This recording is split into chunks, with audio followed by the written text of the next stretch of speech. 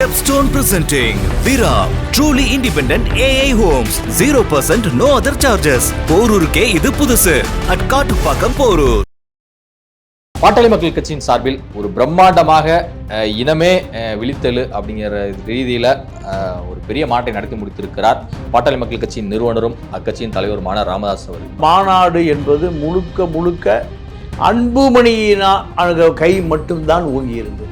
ராமதாசருடைய political pulse குறைந்து கொண்டிருப்பதை காட்டிய மாநாடு.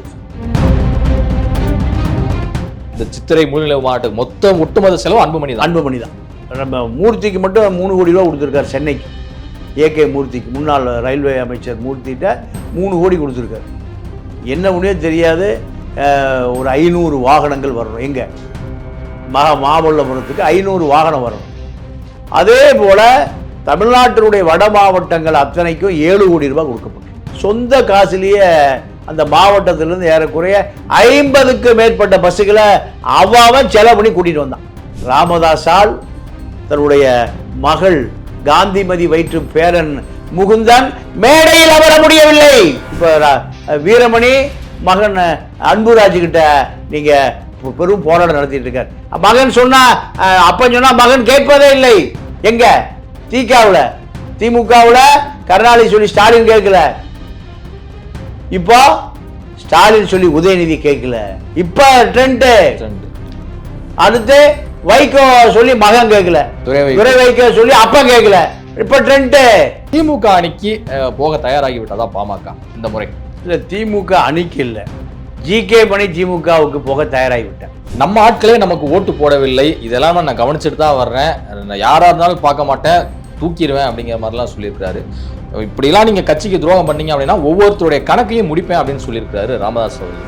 அப்போ ஒவ்வொருத்தருடைய கணக்கையும் முடிப்பேன் அப்படின்னா அப்போ உட்கட்சி மோதல் வெளிப்படுத்தும் விதமாக தான் இருந்ததா அவருடைய பேச்சு? அன்புமணி ராமதாஸ் இருக்கு என்பதை காண்பிப்பதற்காக போடப்பட்ட கூட்டம் தான் மாநாடு தான். சித்திரை முழு நிலவு வன்னியம் பெருவிழா. என்ன அங்க உட்கட்சி தகராறுனா, அன்புமணியா காடு வெட்டி குருவா? நாளைக்கு எதிர்காலத்தில் தொண்டை பூரா யார் முன்னாடி போக ஆரம்பிச்சிட்டான்? காடு வெட்டி குரு முன்னாடி போக ஆரம்பிச்சிட்டான். குரு பேசி முடிஞ்சு அழிச்சு போயிடலாம். அன்புமணி பேச வரைக்கும் யாரும் உட்கார்றது இல்லை.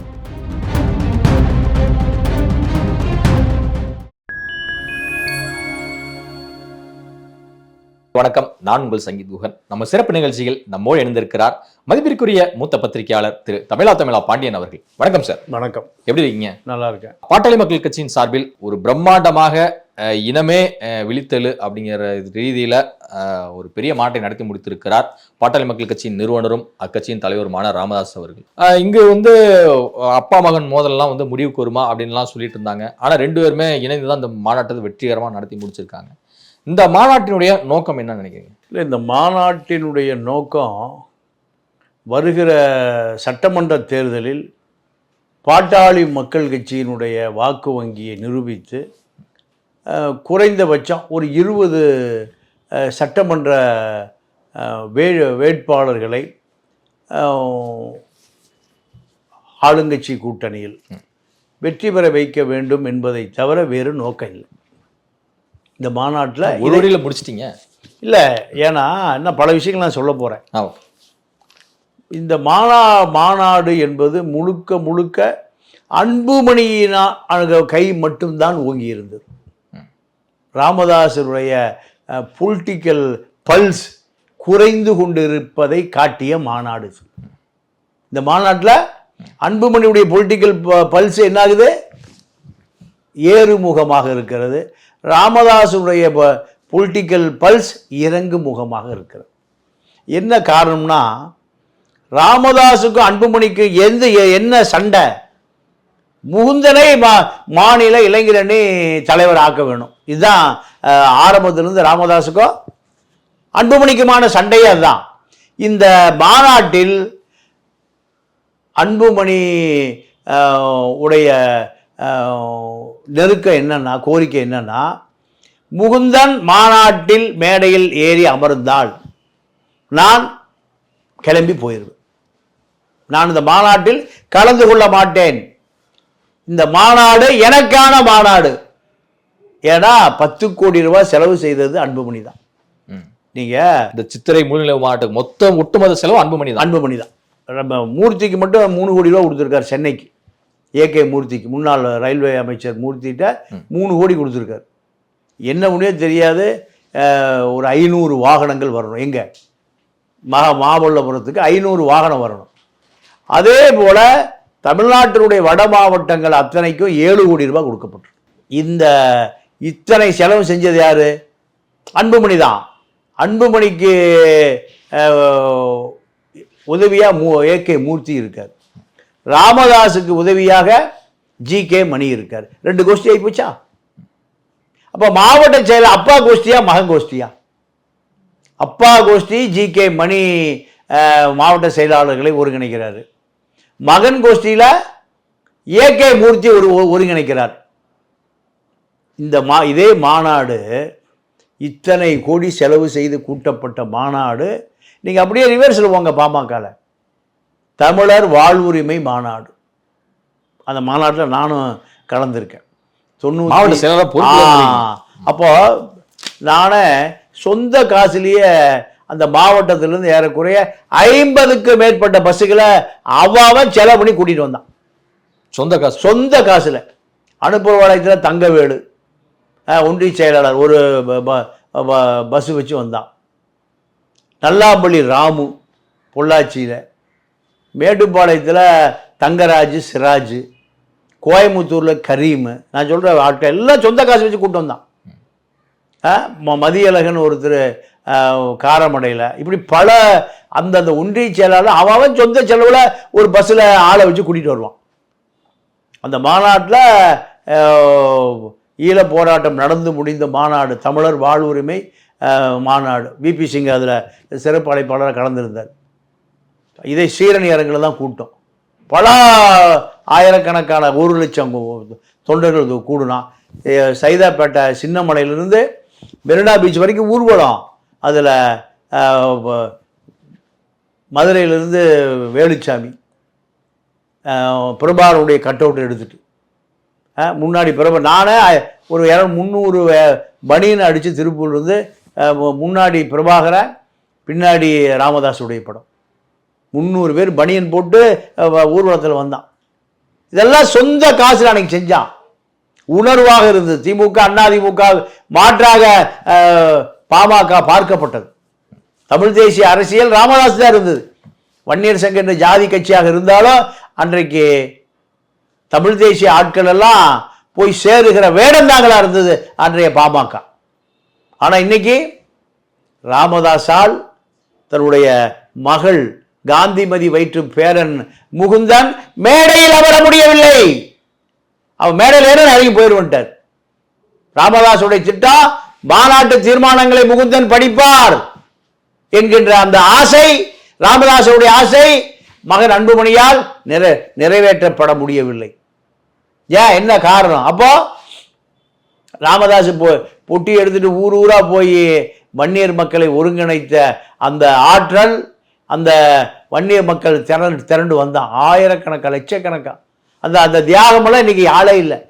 காசு கொடுத்து கூட்டிட்டு வர வேண்டிய நிலைமையில பாமக வந்திருக்கு என்று சொன்னால், நீங்க பாமக வருகிற வழி பூராம மதுக்கடை அடைக்கப்பட்டது.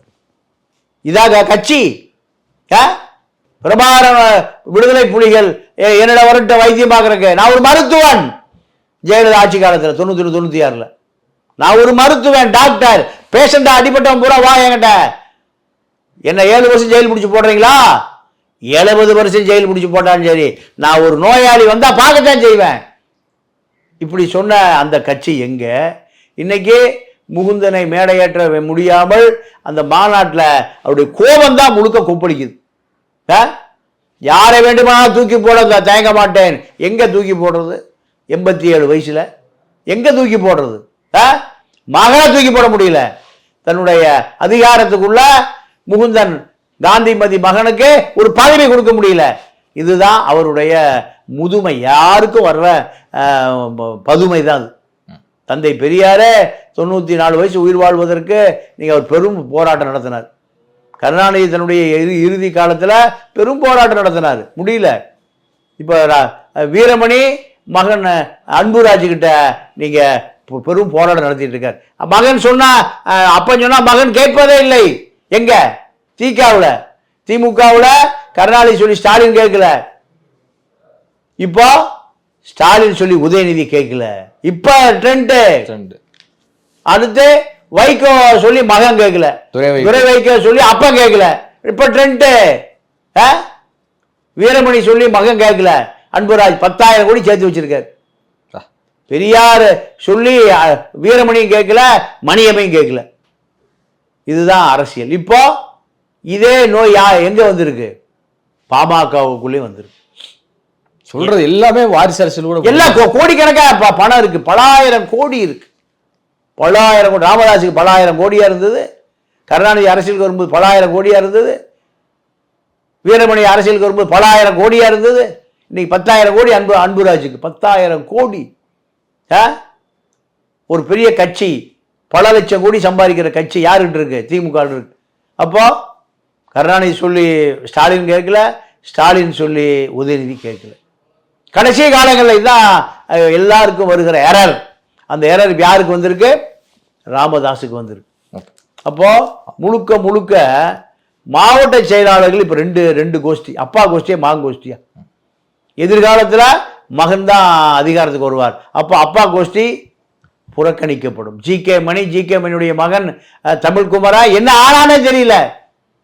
மாநில இளைஞரணி தலைவராக இருந்த ஜி.கே. மணியுடைய மகன் தமிழ்குமரன் இருக்காரு. அது பாட்டாளி மக்கள் கட்சியில் எம்பி ஆயிடலாமா? பாமக எம்எல்ஏ ஆயிடலாமா? லைக்கா முதலாளியே ஆகட்டும். லைக்கா முதலாளி நிற்கிறேன்னா கிருஷ்ணகிரி தொகுதியில் நாடாளுமன்றத்துக்கு போயிடலாமா? ராஜ்யசபாக்கு போயிடலாமா? சரி, அவர் தொகுதி மேட்டூர் எம்எல்ஏ ஆயிட முடியுமா? நான் ஒரு சர்வதேச குற்றவாளி, ராஜபக்சேவுடைய பினாமி, லைக்கா சுபாஷகனுடைய சிஇஓ நான் தான், எனக்கு ஓட்டு போடு. தமிழ்குமரன் போய் மேட்டூர்ல ஓட்டு கேட்கட்டும், அப்பா மகன் ஓட்டு கேட்கட்டும், ஓட்டு போடுவானா? அப்போ உனக்கு அடையாளம் என்ன? மாங்கா. அப்ப இத்தனை இன்னைக்கு எம்எல்ஏ ஜி.கே. மணி எது ஜெயிச்சாரு? மாங்கா. மாம்பழத்தில் நின்னாதான் ஜெயிக்க முடியுமே தவிர நீ உலகத்துக்கே சிஇஓவா இருந்தாலும் ஜெயிக்க முடியாது. அப்போ சொந்த மகனை ஜி.கே. மணி கட்சிக்குள்ளேயே வச்சுக்க முடியல. யார் மேல யார் கோபம்? அன்புமணி கோபம். ஜி.கே. மணி ஏறக்குறை அந்த கட்சியில் 90 இருந்து இருக்கார். முதல்ல அவர் குளத்தூர் சேர்மன், சுயேட்சை சேர்மன். அப்புறம் தான் பாமக வன்னியர் சங்கத்துக்கு வர்றாரு, வன்னியர் சங்கத்துக்கு பாமக வர்றாரு. ஆனால் இன்னைக்கு அவருடைய அரசியல் முகம் இல்லை. மாநில தலைவர் யார் ஆயிட்டா? அன்புமணி மாநில தலைவர், அவங்க அப்பா ராமதாஸ் மாநில தலைவர். அப்ப ஜி.கே. மணி கௌரவ தலைவர். அடுத்து கொஞ்ச நாள் கௌரவம் இல்லாத தலைவர், செயல் தலைவர், செயல்பட முடியாத தலைவர். இதெல்லாம் பாமகவினுடைய அரசியல். அப்பாவுடைய அரசியல் முடிவுக்கு வருகிறது, மகனுடைய அரசியல் ஆரம்பமாகிறது. எங்க? மகாபலிபுரத்தில். இன்னொரு விஷயம் உங்கள்கிட்ட கேட்கணும்னு நினைக்கிறேன். தம்பி ஸ்டாலின் அவரிடம் நான் சட்டமன்றத்துக்கும் போய் நான் கேட்டேன் கோட்டையில், இது மாதிரி எங்களுக்கு 10.5% வன்னியர்களுக்கான இடஒதுக்கீடு நீங்கள் உடனடியாக நிறைவேற்ற வேண்டும் அப்படின்னு சொல்லி திரும்பவும் நான் கேட்டுக்கிறேன், உங்களால் இது சாத்தியமாகும், நீங்கள் செய்யணும் அப்படின்னு இருக்கிறாரு. ஸோ இதெல்லாமே நம்ம பார்க்கும்போது அதுக்கு முன்னாடி சட்டமன்றத்தில் ஜி.கே. மணி பேசியிருந்தாரு. திமுக உறுப்பினர்களே அந்த கேள்வியை கேட்கல. கலைஞர் கருணாநிதி அவர்களுக்கு அவருடைய பெயர்லேயே ஒரு பல்கலைக்கழகம் வேண்டும் முதல் கோரிக்கையாக அவர் வச்சார். அதன் பிறகு டிஸ்கஸ் பண்ணுறாங்க, டக்குன்னு கும்பகோணத்தில் அமைக்கப்படும் அப்படின்னு சொல்கிறாங்க. ஸோ இதெல்லாமே பார்க்கும்போது திமுக அணிக்கு போக தயாராகி விட்டதா பாமக இந்த முறை? இல்லை, திமுக அணிக்கு இல்லை, ஜி.கே. மணி திமுகவுக்கு போக தயாராகி விட்டார். வருகிற தேர்தலில் ஒரு கௌரவ தலைவராக இருந்திருக்கிறாரு, பாட்டாளி மக்கள் கட்சியின் சார்பில் நின்று பல முறை எம்எல்ஏவாக இருந்திருக்கிறாரு. அப்படிப்பட்ட ஒருத்தர் அங்கே பயணப்படுவார். நீங்கள் பின்னோக்கி வாங்க, ஒரு 25 வருஷத்துக்கு முந்தி நீங்கள் தீரன், பேராசிரியர் தீப்பிழம்பு தீரன் என்னவா இருந்தாரு? பாமக தலைவராக இருந்தார். நீங்க இடஒதுக்கீடு பேச்சுவார்த்தை, வன்னியர் சங்க பேச்சுவார்த்தை, கருணாநிதி முதலமைச்சர் 87, 89, 91 வாக்கில் 89 to 91 அப்பதான் எம்பிசி ரிசர்வேஷன் கொண்டு வராங்க. ஆமா. அப்போ ராஜேந்திரன் என்ற ஒரு இளைஞர் திண்டிவனம் ஆர்ட்ஸ் காலேஜ் வார்டனா வேகன்ட் இருக்கு. அந்த ராஜேந்திரன் இளைஞர் செஞ்சி ராமச்சந்திரன் கிட்ட போறார் தன்னுடைய சாதி பாசத்தில். எனக்கு இந்த இடம் காலியாக இருக்கு, எனக்கு ஹாஸ்டல் வார்டனா எனக்கு கவர்மெண்ட்டு எனக்கு இந்த போஸ்டில் போட சொல்லுங்க. அப்போது செஞ்சி ராமச்சந்திரன் கருணாநிதி சொல்கிறார், எங்கள் சாதி இளைஞனவன் படிச்சிருக்கான், இந்த இளைஞனை திண்டுக்கல் திண்டிவனம் ஹாஸ்டல் வார்டனா போடுங்கிறாங்க. அப்பாயின்மெண்ட் பண்ணியாச்சு. திருப்பி ஒரு 6 மாதத்தில் ரிசர்வேஷன் பேச்சுவார்த்தைக்காக வன்னியர் சங்கம் சார்பாக நிறைய டேட்டாக்களோட ராமதாஸ் அனுப்புகிறார். யாருக்கிட்ட? முதலமைச்சர்கிட்ட. அப்போ தன்னால் வேலை கொடுக்கப்பட்ட இளைஞன் ராஜேந்திரன் தன்னோட உட்கார்ந்து டேட்டாஸை சொல்லி உரிமை கேட்கிறார், போராடுகிறார். வாதம் வலுக்கிறது. யாரோட? அன்றைய முதலமைச்சர் கருணாநிதியோட. கருணாநிதி அப்செட் ஆகிறார். இவ்வளவு புள்ளி விவரங்களை வச்சிருக்கான அந்த இளைஞன், வன்னியர் சமூகத்துக்கான புள்ளி விவரங்களை இவ்வளவு டேட்டாஸை வச்சிருக்கான, யார் இந்த இளைஞன் விசாரிக்கிறார். உங்களால் வேலை போட்டு கொடுக்கப்பட்ட அந்த இளைஞன் ராஜேந்திரன் தான் இந்த இளைஞன்னு யார் சொல்றா? அரசு உளவுத்துறை சொல்றான். பேச்சுவார்த்தை முடிந்து படியில் இறங்கி போகும்போது அவர் சஸ்பெண்ட் செய்யப்பட்டார். அவர்தான் பேராசிரியர் தீரன். அவர்தான் பேராசிரியர் தீரன் பாட்டாளி மக்கள் கட்சியினுடைய தலைவராக வருகிறார். ராஜீவ்காந்தி இறந்துட்டார். ஒரு கூட்டத்தில் பேசிட்டு இருக்கார். போலீஸ் வந்து சொல்றான், ஐயா ராஜீவ்காந்தி இறந்துட்டார், கூட்டத்தை முடிச்சுக்கன்னு. போலீஸ் சதி செய்கிறது. பாமக இங்க வெற்றி பெற்றோம், ஜெயிச்சிரும் இந்த தொகுதியில். இதுக்காக ராஜீவ்காந்தி மீது அபாண்டம் போட்டு நீங்க என்ன கூட்டத்தை முடிக்க சொல்றீங்க. முடிக்க மாட்டேன். கடைசி வரை 12 மணி மேல 1 மணி வரைக்கும் பேசிட்டு இறங்கினவர் தான் யாரு? இந்த தீரன். ஆனால் தீரன் பாமகவுக்கு வந்து பாமகவிலிருந்து திமுகவால் பிரித்து எடுக்கப்பட்டார். கடைசியாக தெருவுக்கு வந்துட்டார். யாரால? திமுகவால். அப்போ பாமகவனுடைய தீரனை திமுக பாமகவிலிருந்து பிரித்து எடுக்கிற பொழுது ஜி.கே. மணியை பிரித்து எடுப்பதற்கு வெகு நேரம் ஆகாது. ஓகே, நம்ம ஆட்களே நமக்கு ஓட்டு போடவில்லை, இதெல்லாம் நான் கவனிச்சுட்டு தான் வர்றேன், நான் யாரா இருந்தாலும் பார்க்க மாட்டேன், தூக்கிடுவேன் அப்படிங்கிற மாதிரிலாம் சொல்லியிருக்காரு.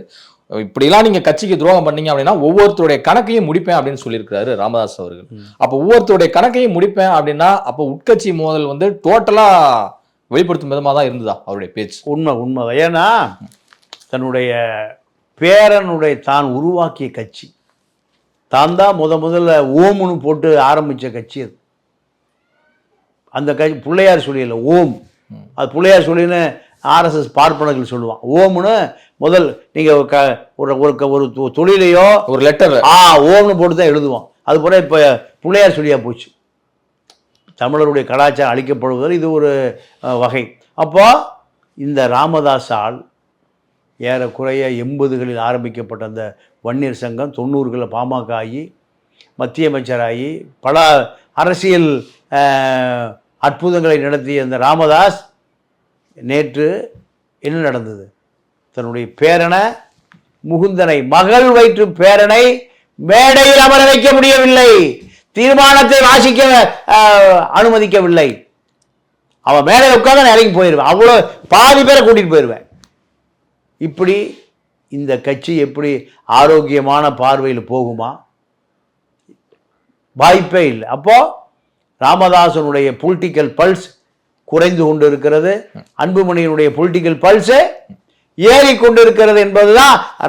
ராமதாஸிடம் அதிகாரம் இல்லை, அதிகாரம் அன்புமணி ராமதாஸ் இருக்கு என்பதை காண்பிப்பதற்காக போடப்பட்ட கூட்டம் தான், மாநாடு தான் சித்திரை முழு நிலவு வன்னியம் பெருவிழா.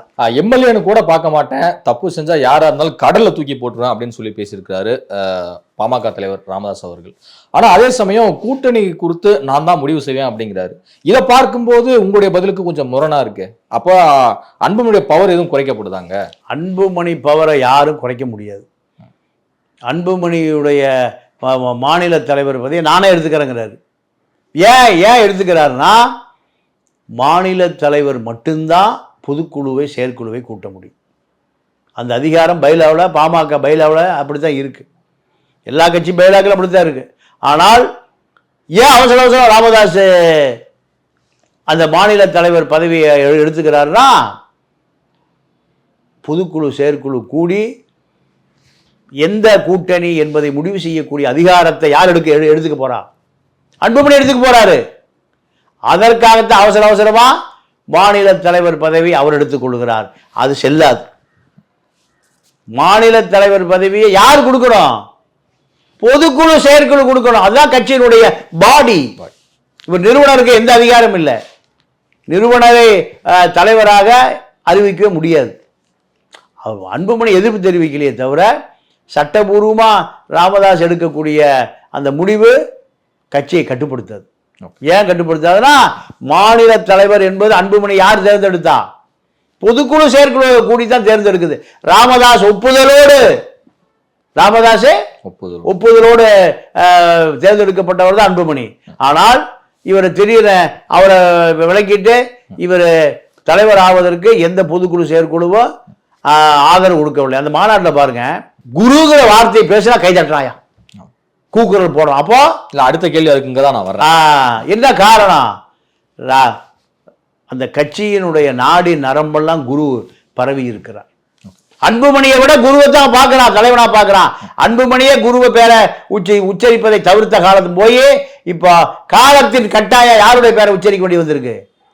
குருவினுடைய பெயரை உச்சரிக்க வேண்டிய தேவை வந்திருக்குன்னா அவர்கள் தான் உண்மையான குருவினுடைய ஆதரவாளர்கள். மாவீரன் குரு இல்லையே என்கிற வருத்தம் எனக்கு ரொம்பவே இருக்கு அப்படின்னு சொல்லி பேசியிருக்காரு ராமதாஸ் அவர்கள். அவர் மட்டும் இருந்திருந்தால் தொடர்ந்து இந்த மாநாட்டை தடைபடாம தொடர்ந்து நடத்திக்கிட்டே இருந்திருப்பாரு அப்படிங்கிறது ஃபீல் பண்றாரு. ஆனா அதே சமயம் காடுவெட்டி குரு அவருடைய குடும்பத்துல அவங்களுடைய மனைவி, அவங்களுடைய பையன், மகள், மருமகன் எல்லோருமே ராமதாஸ் குடும்பத்துக்கு எதிராக தான் பல விஷயங்களை பேசி வர்றாங்க. பல அடுக்கடுக்கான குற்றச்சாட்டுகளை சொல்லிட்டு வராங்க. இந்த மோதல் போக்கு தொடர்ந்து நீடிச்சுக்கிட்டே இருக்கேன். என்ன அங்க உட்கட்சி தகராறுனா, அன்புமணியா காடுவெட்டி குருவா? நாளைக்கு எதிர்காலத்தில் தொண்டை பூரா யார் முன்னாடி போக ஆரம்பிச்சிட்டான்? காடுவெட்டி குரு முன்னாடி போக ஆரம்பிச்சிட்டான். குரு பேசி முடிஞ்சு அழிச்சு போயிடலாம். அன்புமணி பேச வரைக்கும் யாரும் உட்கார்றது இல்லை. அப்போ காடுவெட்டி குரு கடைசி தொண்டன் வரைக்கும் பாய்ந்த நீர், கடைமடை வரை பாய்ந்தால்தான் கதிர இருக்க முடியும், அறுவடை செய்ய முடியும். ஆனால் கடைமடை வரை பாய்ந்தவன் தான் காடுவெட்டி குரு. ஆனால் அன்புமணி கார்பரேட் கடைமடை, அது கடைமடையே கிடையாது. அப்போ தொண்டை இப்போ யாரை எதிர்பார்த்து நிற்கிறான்? குரு, இன்னொரு காடுவெட்டி குரு கிடப்பாரான்னு காத்து நிற்கிறான். காடுவெட்டி குரு இல்லை. அதனால காடுவெட்டி குருவா அன்புமணி ராமதாஸாங்கிற நிலை வருகிற போது அப்பாவுக்கு ஒரு தடுமாற்றம், ராமதாஸுக்கு ஒரு தடுமாற்றத்தின் காரணமாக தான் குரு உடைய மரணம். இப்போ குருவுடைய குடும்பம் ஏன் பாமக மீது குற்றம் சாட்டுதுன்னா, அன்புமணியோ ராமதாஸோ நினைத்திருந்தால் குருவை காப்பாற்றி இருக்கலாம். ஏன் காப்பாற்றலைன்னா, இந்த கூட்டம் பூரா யாருக்கு பின்னாடி போயிடும்? குருவுக்கு பின்னாடி போயிடும். குரு ஒருவேளை பாமகவை உடைத்து கொண்டு போய் விடுவாரோ? ஏன்னா வைகோவுக்கும் ஸ்டாலினுக்குமான முரண்பாடு தான். அதே நிலைமை தான் குருவுக்கு அன்புமணிக்கு வருகிற பொழுது அன்புமணியை காப்பாற்றுவதற்கு ராமதாஸ் குருவை சரியாக பராமரிக்கவில்லை. இதுதான் அந்த குடும்ப குற்றச்சாட்டு. அதில் உண்மை இருக்கு. இப்போ குரு இல்லாத பொழுது குருவை பற்றியோ கவலைப்படுவது அது ஒரு நடிப்பு. அன்புமணியும் நடிக்கிறார், அன்புமணி அப்பா ராமதாஸும் நடிக்கிறார். குருவுடைய தியாகம், குருவுடைய உழைப்பு. இந்த பாமக பொருளாளராக இருந்திருக்காரு, வன்னியர் சங்கத்துல தலைவராக இருந்திருக்காரு, 2 முறை எம்எல்ஏவெல்லாம் இருந்திருக்காரு. ஸோ அப்படி இருந்தும் கொஞ்சம் நீங்க சொல்ற கருத்தெல்லாம் இதாக இருக்கு. ஆமா, நீங்க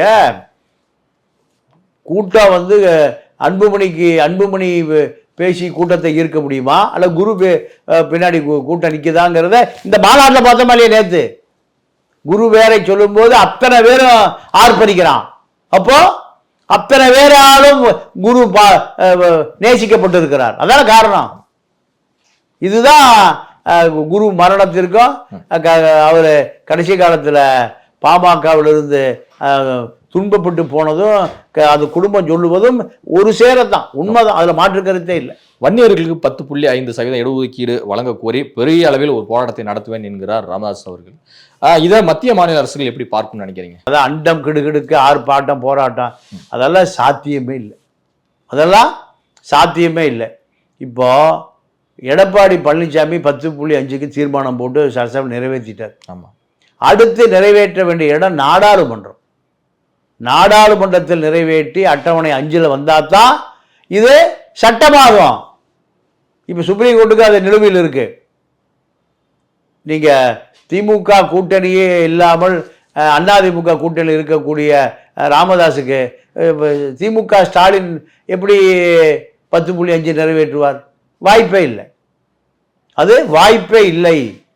நீங்க திமுக கூட்டணியிலும் இல்லை, நீங்க இருந்த கூட்டணி அதிமுக கூட்டணி. அதிமுக கூட்டணியிலேருந்து இப்போ இதை அடுத்து நிறைவேற்ற வேண்டிய இடம் டெல்லி.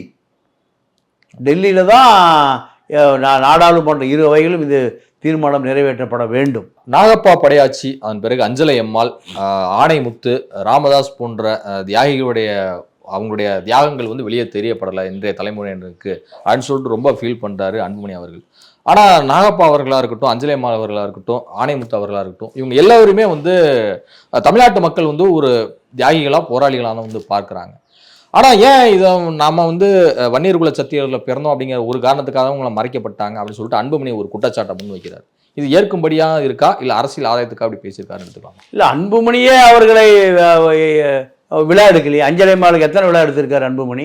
விஜயெல்லாம் முன்னெடுத்திருக்கலாம். ஓ, விஜய் கட்சியில் அன்புமணி சேர்ந்துட்டாரா? இல்ல, இதுக்கு முன்னாடி அவங்க பல மேடையில அன்புமணி எப்ப எடுத்தாரு? அஞ்சலை அம்மாளையும் ஆணைமுத்தையும் நாகப்பா படையாச்சியும் விழா எடுக்க வேண்டியவர் யாரு? அன்புமணி தான். அன்புமணியே விழா எடுக்கலையே, அடுத்து எப்படி விழா எடுப்பான்? ஆணைமுத்த வன்னியர்னு சொல்ல முடியாது, அவர் பெரியார் தொண்டர், பெரியாரிஸ்ட். அஞ்சலை அம்மாள் நீங்க ராமதாஸ் கட்சி கிடையாது, வன்னியர் அந்த மாதிரி சொல்லி கொண்டதே இல்லை. தமிழர்களுக்கான அடையாளம், சுதந்திர போராட்டத்தை அவரை போய் இப்படி சமூகத்துக்குள்ள அடக்க முடியும்? காமராஜை போய் நாடார்னு சொல்லிட முடியுமா? கக்கனை தலித்துன்னு சொல்லிட முடியுமா? பெரியாரை போய் நாயக்கர்னு சொல்ல முடியுமா? அதே போலதான் ராமதாஸ், அன்புமணி. அவர்களை சாதிக்குள் அடக்குவது என்பது அவர்களை இழிவுபடுத்துவது ஒன்றுதான். இதுவரை உங்கள் பல்வேறு கருத்து கொண்டு வந்தேன். மிக்க நன்றி. நன்றி, வணக்கம்.